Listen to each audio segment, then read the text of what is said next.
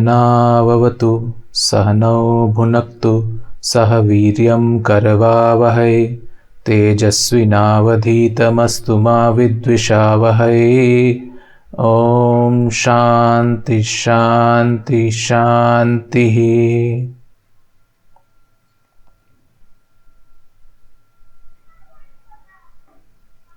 May we all be protected, may we all be nourished. May we do brave work together. May our work be glorious. May there be no conflict among us. May there be peace, peace, and peace alone.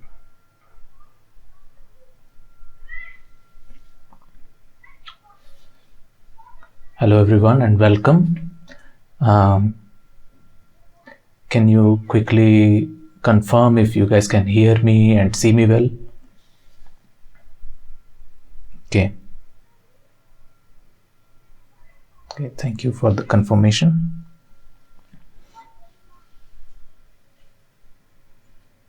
So,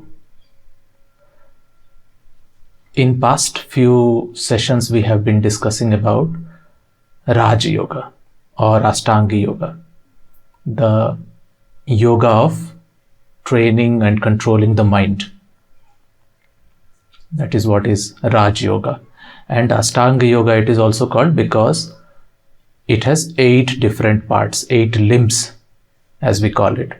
And we have discussed so far about first 2 aspects of the yoga, Yam and Niyam. Yam is basically social conduct. What are the things that we should keep in mind when we are out there in the society interacting with other people? Truthfulness, non-violence, non-stealing, right? Non-possessiveness, and moderation of senses.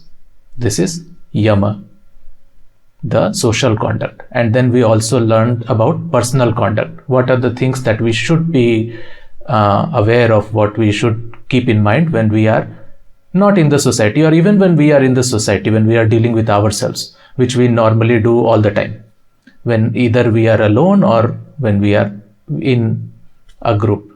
So those are personal conduct. What are the things that fall under that category? Cleanliness, contentment, austerity, shauch, santosh, tap, self-study, swadhyaya, and Ishwar Pranidhan, surrender to God, devotion to some higher power, or having at least the sense or understanding that we are not the center of the world. All our efforts are always clubbed with many other external factors that finally produce the result. It is not that our effort or we alone are responsible for anything that is happening, even when we think that we are the root cause of it. So that is what we have discussed so far. And I understand that there are a lot of regular participants now in this weekly group meditation. See, it is said that there should not be any expectation, but there should be an expectation with yourself, at least when you are on this path, when you are practicing something. I mean, without any expectation, it is very hard to put the real effort. If you don't expect something, then generally people stray off the path. They don't have the bigger picture in mind. They don't know what this is all going to finally lead to, and hence they feel some kind of negligence towards the effort that is required to put in daily in all these practices.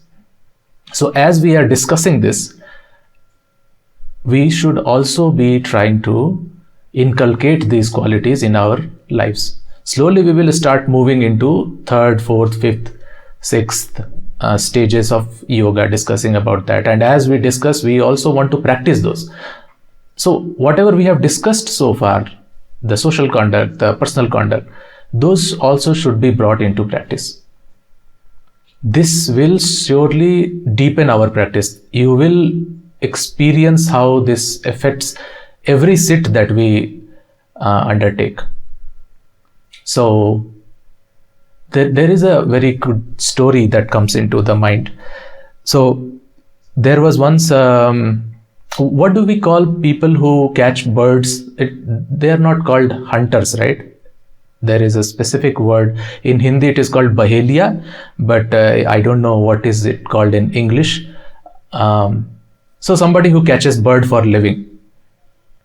So there is this story when what happened is this guy, just like his normal regular day, he goes to the forest, spreads his net, puts some what we call seeds for birds to attract, and then a lot of parrots come and sit on the net and starts picking up those grains, start eating them. And then this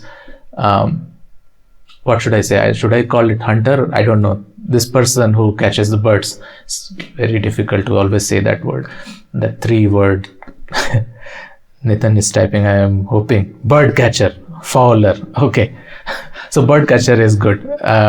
Easy. Bird catcher. So this bird catcher actually goes and then grabs the net and grabs all the birds who are now stuck in that net. And when he does this, these birds start shouting, and then what happens is, at that same time, a saint happens to pass nearby, and he hears all this sound of all these birds shouting, all these parrots in pain and in fear, they are making this noise. So he comes to this person and says, what are you doing? Why don't you just leave them? They are in pain and fear.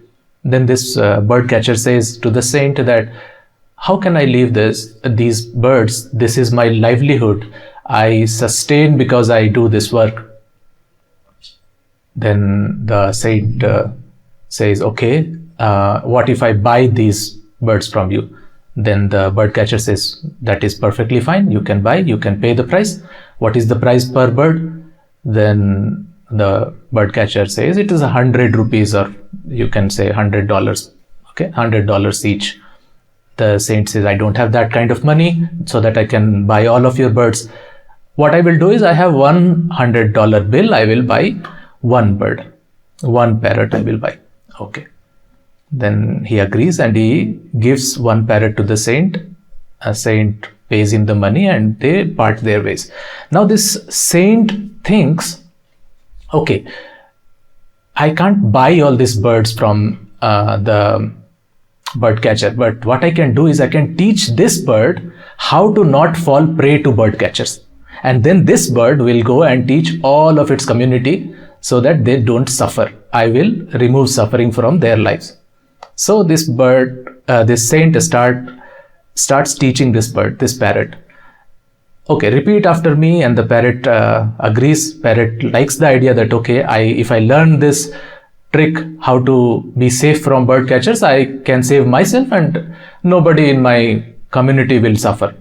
Okay, so whatever the saint is going to teach, I will learn. Saint starts teaching and asks the parrot to repeat.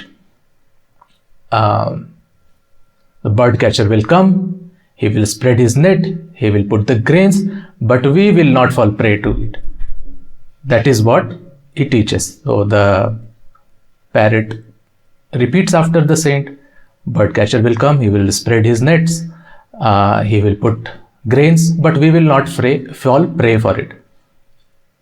And he goes back to his community and starts gathering all these 100, 200 parrots. He gathers all of them and then says, okay, I'm going to teach you something, and learning this, you will be free from suffering. You will not fall prey to any bird catcher. So what is that? Says, repeat after me.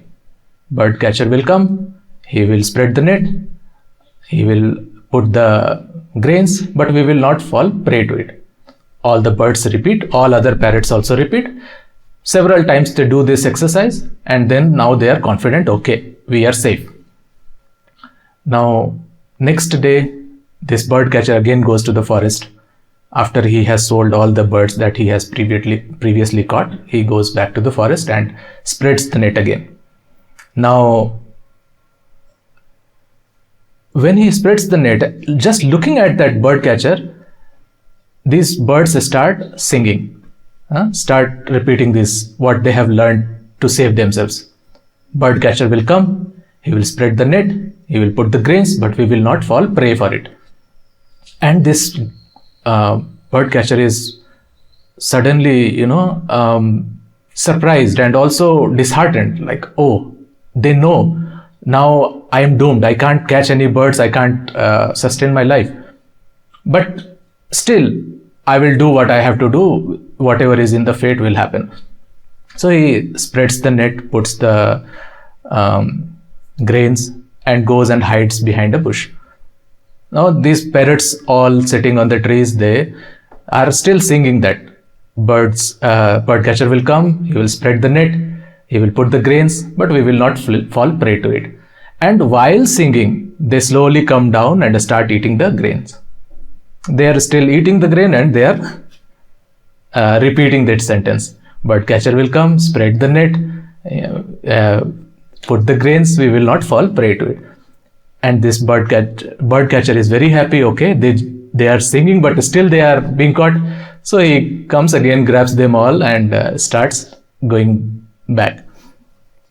So the moral of this story, what is the moral of this story, is that they did learn the right thing from the saint, but they never put it into the practice. That is what happens. Now the bird catcher is in double profit.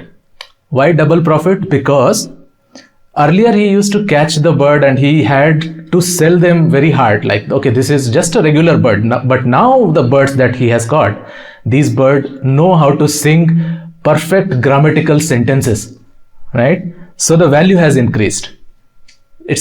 So whatever has happened is finally not helping the birds, but helping the bird catcher. So this is what happens in a spiritual journey also. If we learn a lot of things and don't put it into practice, it does not help us, but rather harms us by generating ego in ourselves. So it can go other way also. Only way to handle this and make it fruitful for us is to put everything that we are learning in practice. That was the story. I think we spent a lot of time on the story, but hope that drives the point. What is the importance of putting knowledge into practice? If the knowledge is not put into practice, it is the just mere recitation, listening it from one place and telling it at another place. Obviously will not be helpful, but a lot of time it can go sideways. It can become very harmful also. So with that in mind, we will discuss about the third aspect of yoga, asanas.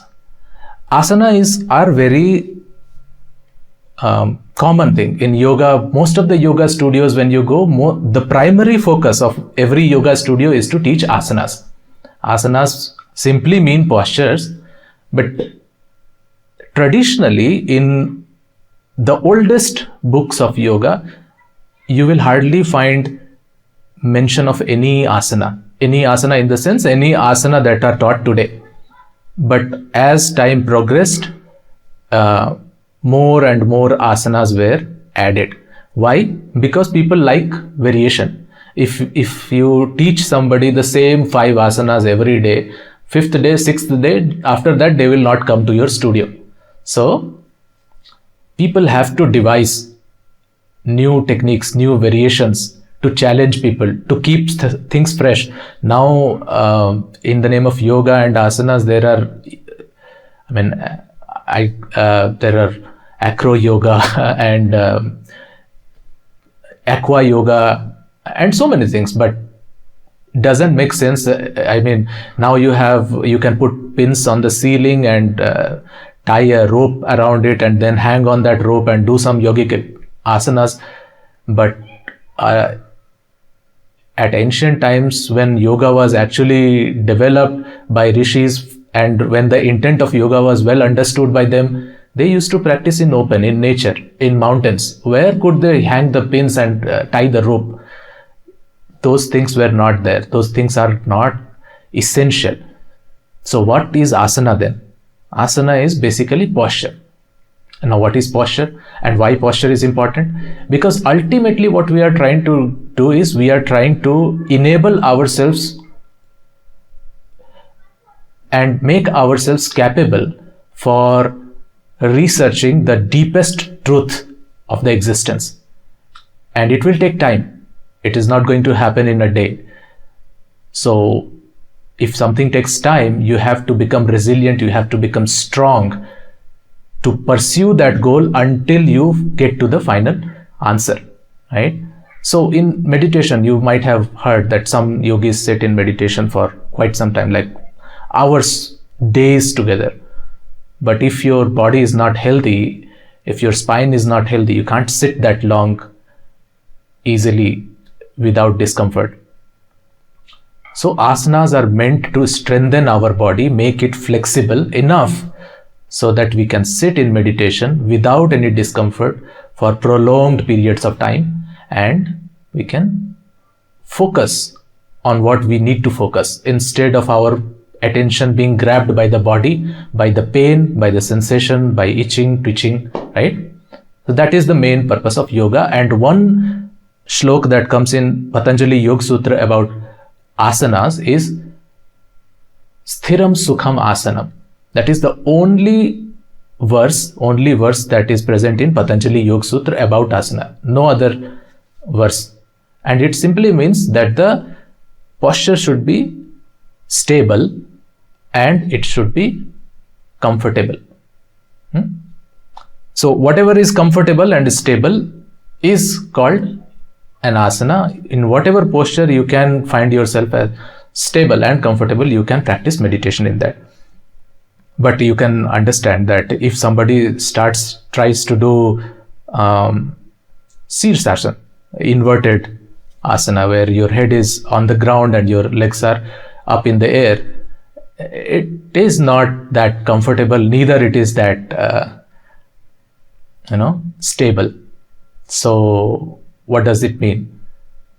It means you don't have to choose those asanas for meditation. For meditation, you have already prescribed certain asanas that you have to choose from.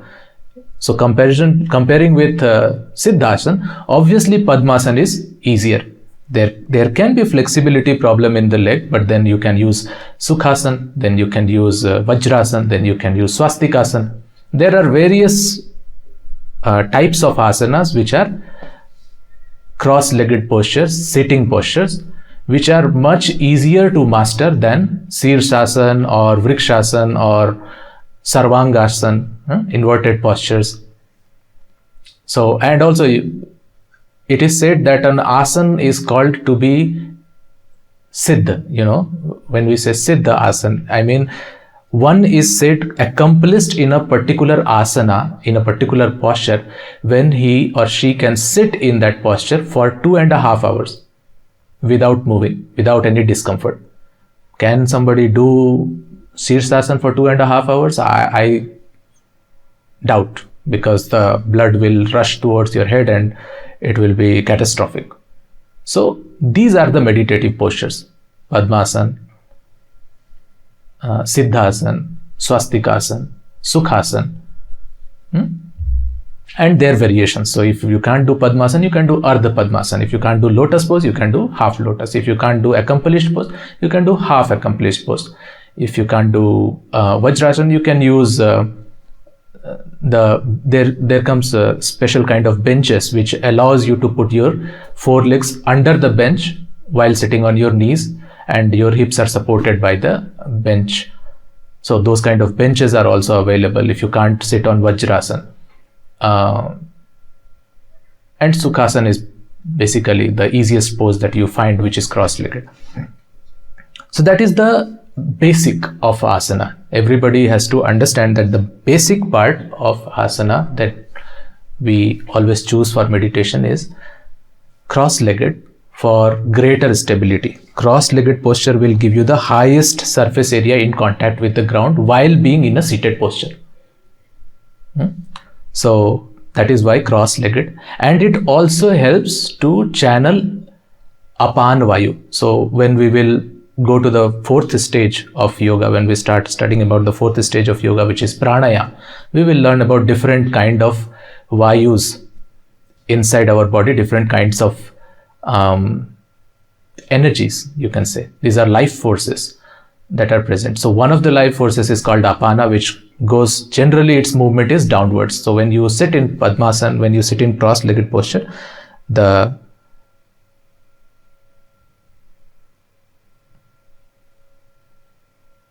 will talk about that.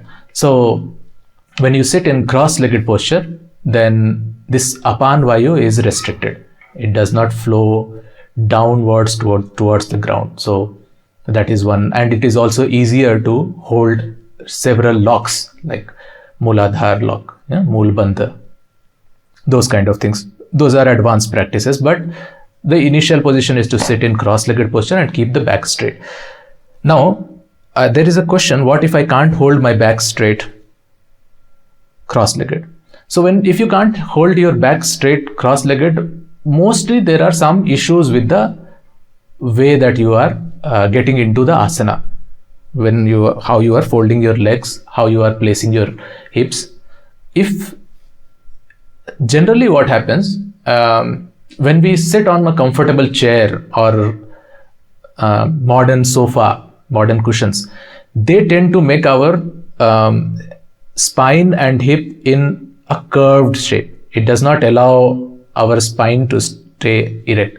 And a lot of time when we try to sit on ground also, that same habit continues to affect us, and we sit like something like this, right? I can't show you because the camera is not put in that way, but because you can see my length has reduced, because now I am allowing my back to be curved. This is not how you sit. So we know that we used to have tail. If we consider the scientific understanding true, we came from apes. We evolved from apes, and apes used to have tail, and we also used to have tail. And if you see how apes or how any animal, how monkeys sit, they never sit in a way that their tail comes forward. If you curve your back, then your tailbone is pointed in such a way that if you were still having the tail, it will come forward. But if you want, what you want to do is you want to keep your tail backwards. So if you were having the tail, it should go backward. So you always have to sit in such a way that your tailbone is pointing outwards from the back. That is one thing. Another thing is having the hips a little bit raised than the knee helps a lot to keep the back straight. If you are sitting on the ground or level surface for the first time, then what you should do is you should put some kind of cushion on just below your hips. That should raise just a little bit your hips above your knees, and then it will help you keep your back straight. That is the easiest way. Okay. Now, back, neck and head has to be erect. That is there. And then there are some subtle aspects of the posture. that we also should keep in mind. So, subtle aspects when I say, it means how do we place our eyes? One of the key identification of somebody who is in meditative state is that their eyeballs will not move. Their eyeballs are completely stagnant. So advanced yogis actually place their eyeballs in two different ways. One is called Nasika Agra Mudra and another is called Shambhavi Mudra. We have already discussed about Shambhavi Mudra, but we will go a little bit deeper in this. So I'll try to show you how it is done, but generally you should not do it unless you have practiced enough times or have already held these kind of mudras. These are called mudras for at lengths, So one is called Nasikagra, where you look at the tip of your nose. So basically you bring your eyeballs together and then you move it downwards. I don't know if you could see it. So you move your eyeballs together and then you move it downwards. This is Nasikagra Mudra. And then you close your eyes, obviously. Other one is Shambhavi Mudra, where you put your eyeballs together and then you look at the tip of your eyebrow. Sorry, tip of your eyebrow means the center of the eyebrow. That is Shambhavi Mudra. This is Ajna Chakra, and this is the tip of the nose is also considered a good point to rest our eyeballs. But when we are starting, for most of us, what we will do is we will look at some far object which is more than 25 centimeters away from us. Anything which is in front of you, I believe, will be more than 25 centimeters away, because that is how our safe space concept works. So anything that is in front of you at a comfortable distance, look at it, and then imagining that you are still looking at it, you close your eyes. Close your eyes gently. Now, how to close a lot of people will do like this, put a lot of pressure on the eyelids. That is not required. In fact, if you look at the images of Shiva is the god which you will always find in meditative posture. If you look at his images, you will see that his eyes are only half closed, not even full closed.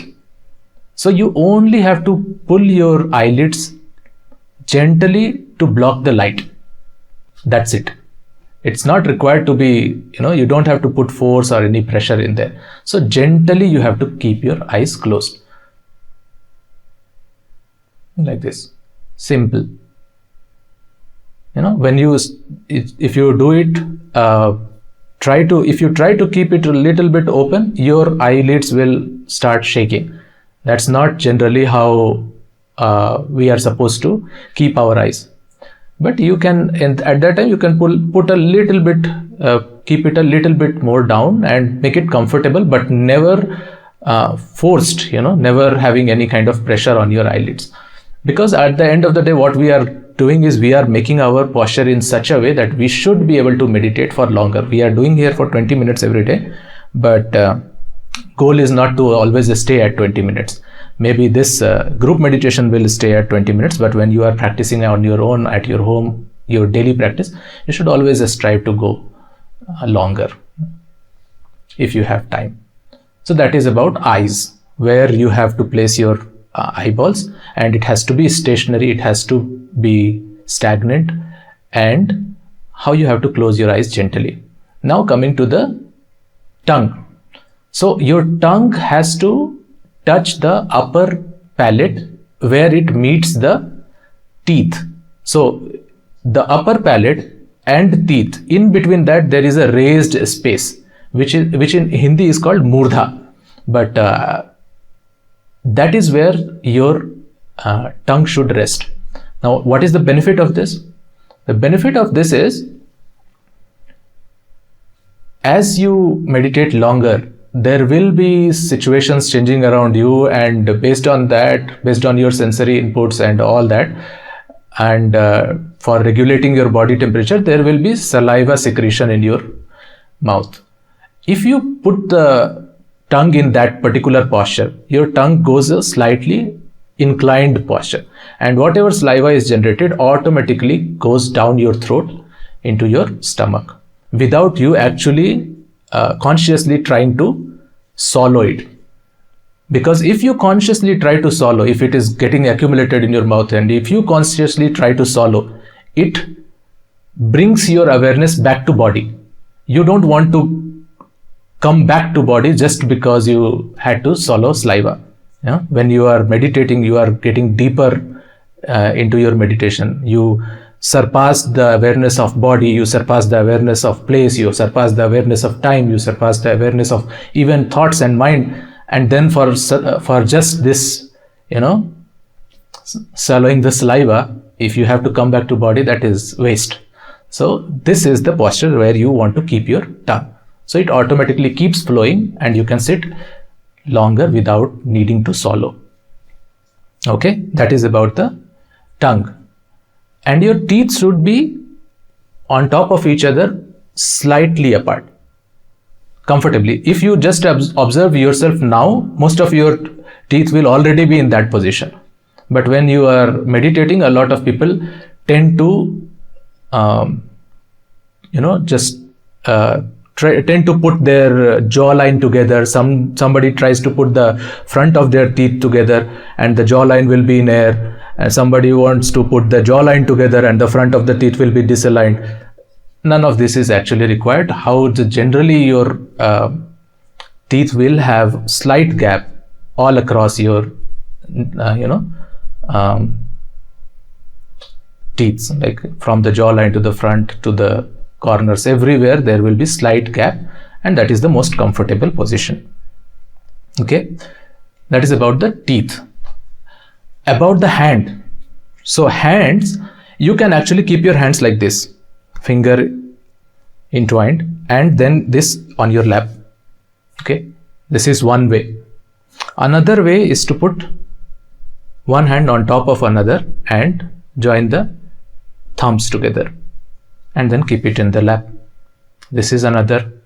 Third thing that I see, we can do it for 20 minutes and so, is to make chin mudra with your hand, both the hands, right? Chin mudra, where your first finger and the thumb touches each other and other three fingers stays straight, and you put them on your knees, both the hand on both the knees, right?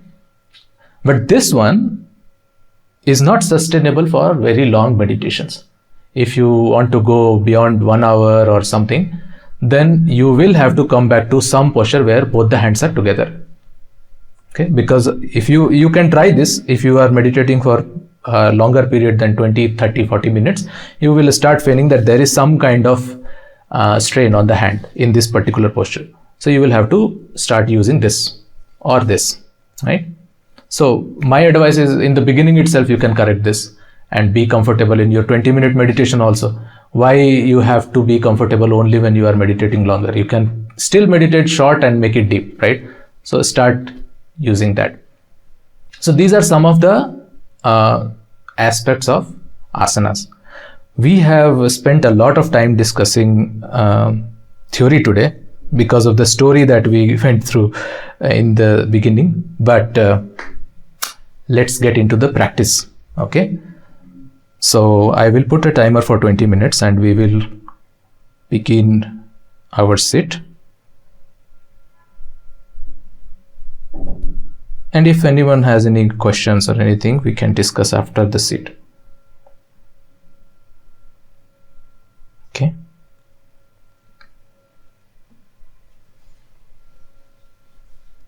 One more thing is, today we will do sukham chant. Okay, the first chant that we learned in the very first session of group meditations. So with every inhale, we will try to listen the sound so in the mind, and with every exhale, the sound hum. So, hum, so, hum. This will be the pattern that we will be concentrating, not concentrating, we will try to be aware of in our meditation. Okay, after we are done with our progressive relaxation, so we will begin. Make yourself comfortable. Rock yourself sideways, in front, back, to find the most comfortable position. Align your spine properly so that there is no strain in lower back, in the middle section or upper back, anywhere. You can remove your spectacles if you wear spectacles.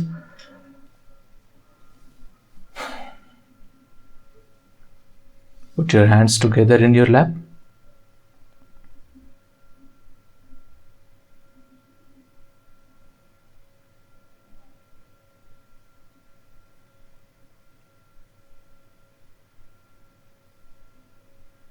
Let's start with a couple of deep breaths.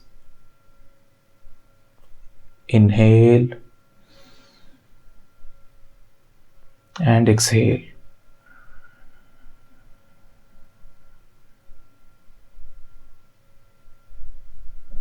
Inhale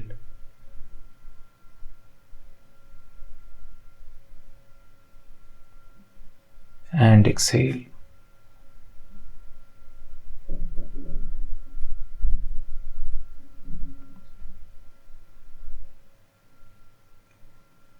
One last time. Inhale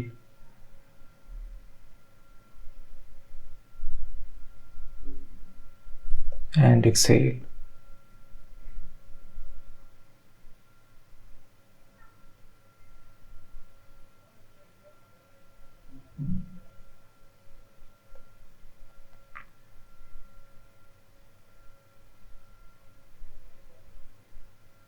Okay.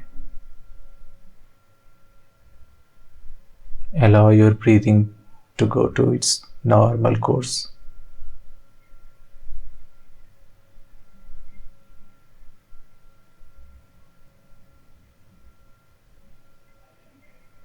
We will quickly scan our body and relax each part as we go. Starting from the top of our head. Bring your attention to the top of your head. Scalp, back of your head. Any tension, allow it to relax.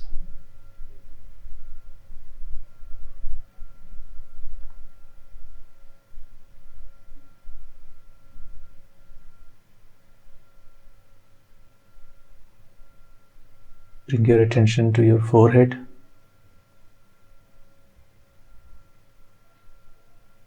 Your eyes.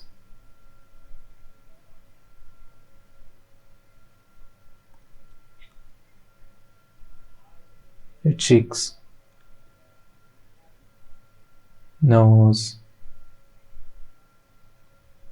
Chin. Lips.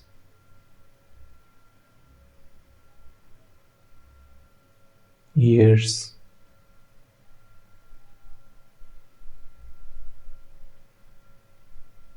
Allow all of it to relax.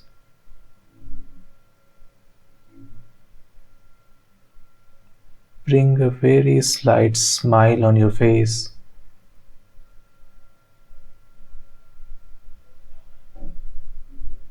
And keep moving to your neck, throat. Allow all of it to relax.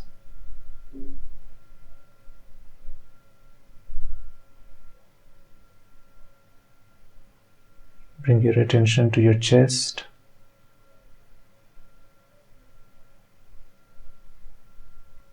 Trunk, belly, abdomen.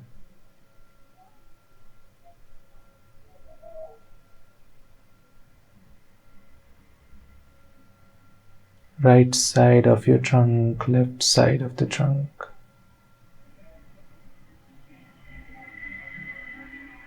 Allow all of it to relax.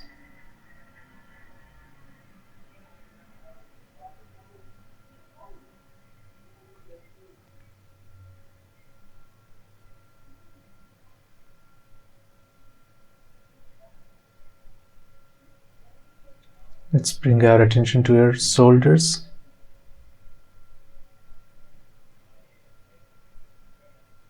Our upper back, lower back,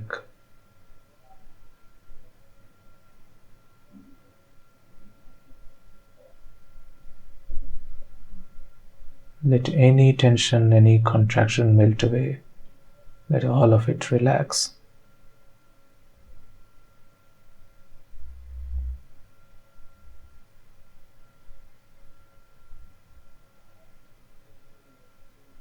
Bring your attention to your right arm,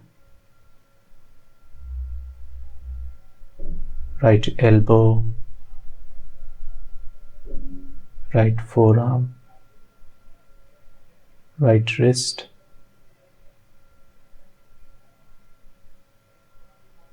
right palm, back of the hand, and fingers.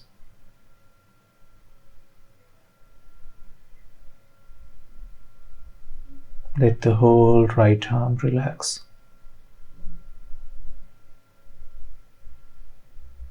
Now bring your attention to the left arm, left elbow, left forearm, left wrist, palm, back of the hand,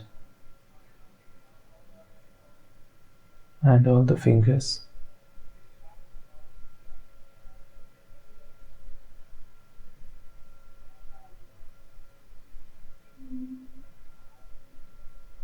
Let the whole left arm relax.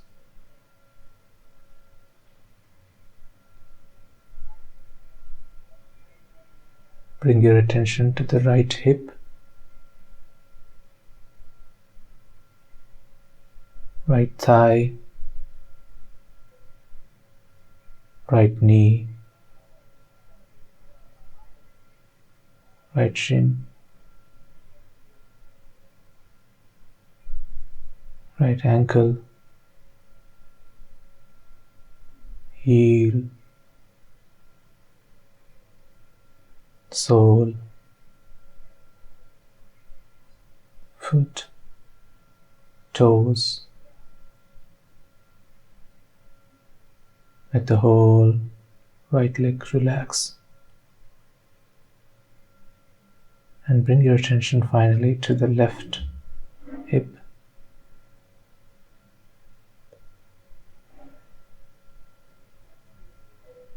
left thigh, left knee, left shin,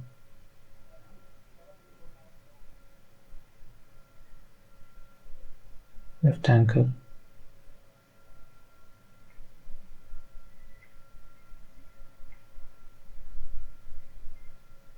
foot, heel and sole, and toes. Let the whole left leg relax.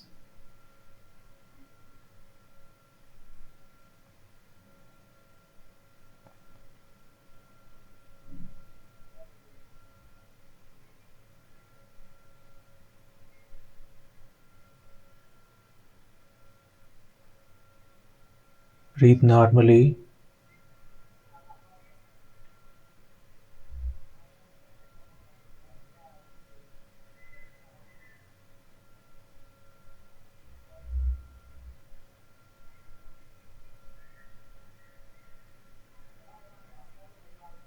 With your every exhale, Let your body relax further and further and further.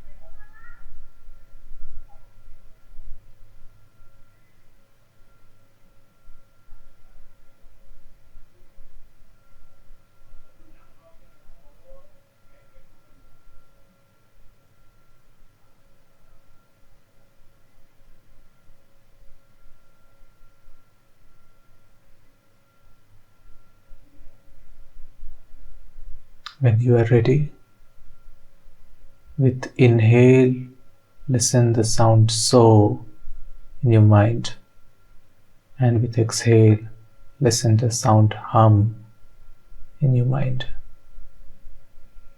So, hum, so, hum, so, hum, so, hum, so, hum.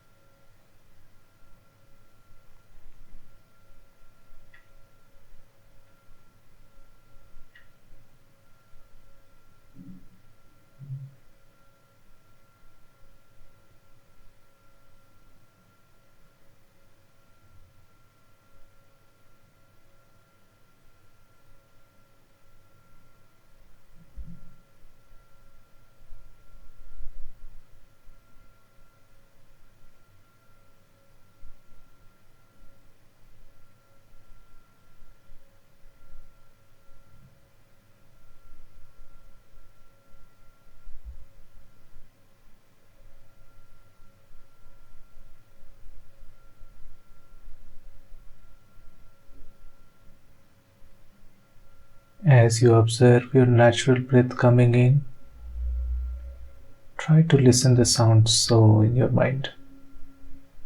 As you observe your natural breath going out, try to listen the sound hum.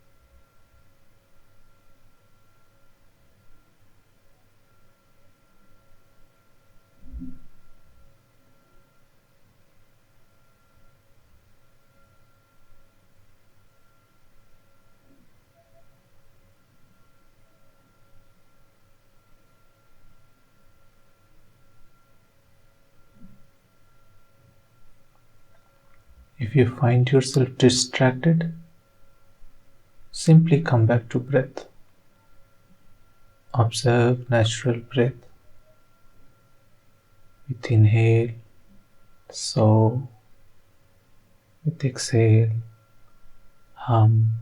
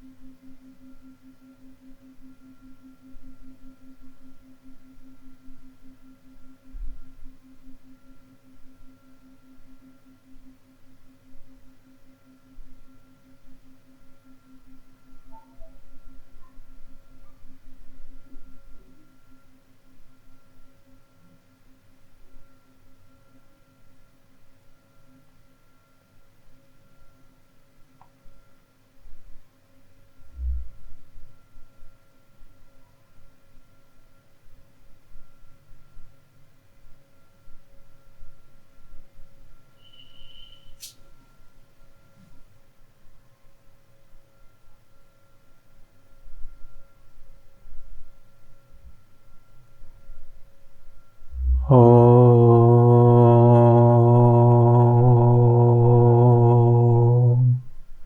Survey bhavantu sukhinaḥ, sarve santu nirāmayāः, sarve bhadrani paṣyantu, mā kaśčit dukkhbhāg bhavet. Om Shanti Shanti Shanti.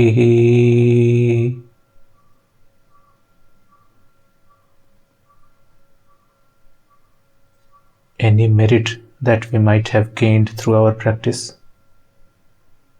may it be shared by all.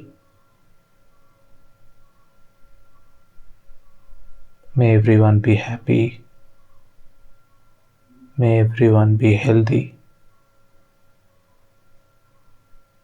May all see good. May nobody ever suffer. May there be peace, peace, and peace.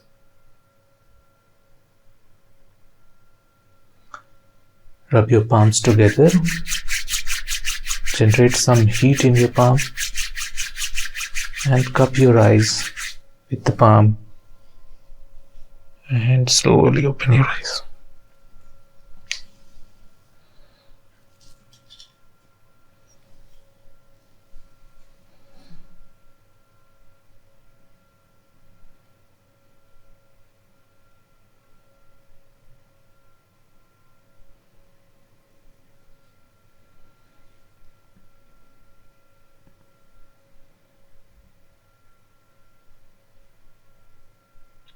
Sit for the moment and just observe how you are feeling.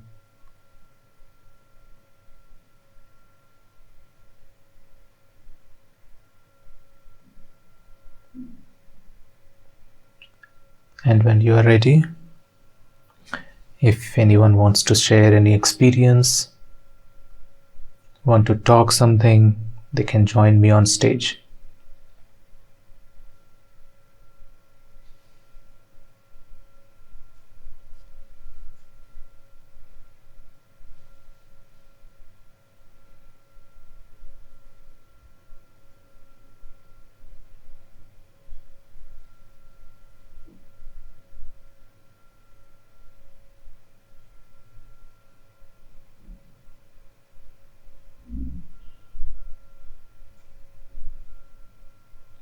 You can raise hand and then somebody will approve, I will approve, and then you can speak on stage if you want. You should be able to see some kind of button to raise hand or something. Okay.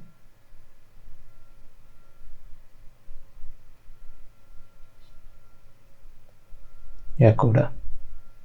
Hello, Sumit. So, that was a very pleasant experience. I was very happy to participate. This was my first time participating in a group meditation like this. I feel very calm overall. I feel very collected, mindful, present in a moment. I've noticed during the meditation that as I was trying to practice the posture you described, I struggled quite a bit holding my lower back sort of backward, like as if I had the tail. And going through the relaxation exercise, I noticed as I was relaxing my body, I was also losing the posture automatically. It was a bit of a back and forth. But over time, I just kind of let myself slump just into position. And even though my posture might have been horrendous, it was what helped me focus in the moment, and I kind of just zoned out of the body and managed to be more present in my mind, and then over that become more present in the moment, and that was a very pleasant experience. Yeah, very happy to hear your experience, and very grateful for you to have joined this session. Thank you very much. About the posture, yes, initially it will be difficult if you have not tried before, but with shorter duration sits, like this was 20 minutes, which may not be a very convenient way to start working on the posture. So maybe start with a very short duration, like start with just 3 breaths sitting in the right posture, then maybe 12 breaths, and then 21 breaths, and then slowly 1 minute, 2 minute, slowly, gradually you can work on your posture, and your meditation should get even more deeper. All the very best.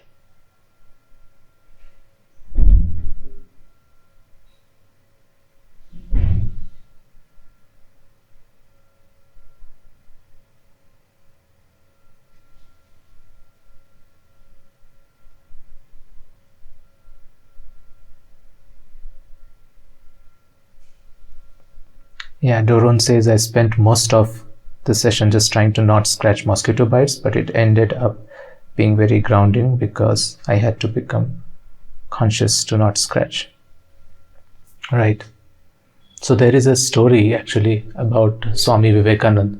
So when he was meditating once and somebody saw him from the back, he could not see the color of his body.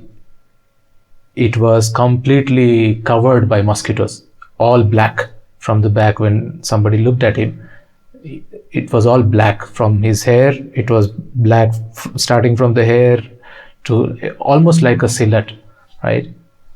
So that kind of things, that kind of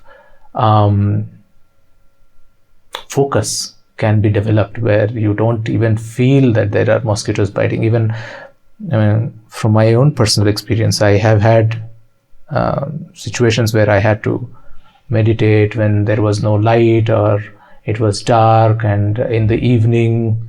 So generally mosquitoes come up a lot in the evening. So yeah, it is okay. It's okay if mosquito bites, that is also fine. It's their job. But yeah, it is a little bit discomfort when you are just getting into the meditative state, but once you are in there, then it doesn't matter how many mosquitoes are there. Yeah. Good to hear. It was very grounding. Okay, anyone else has anything to share? If not, we can call this session to an end. Just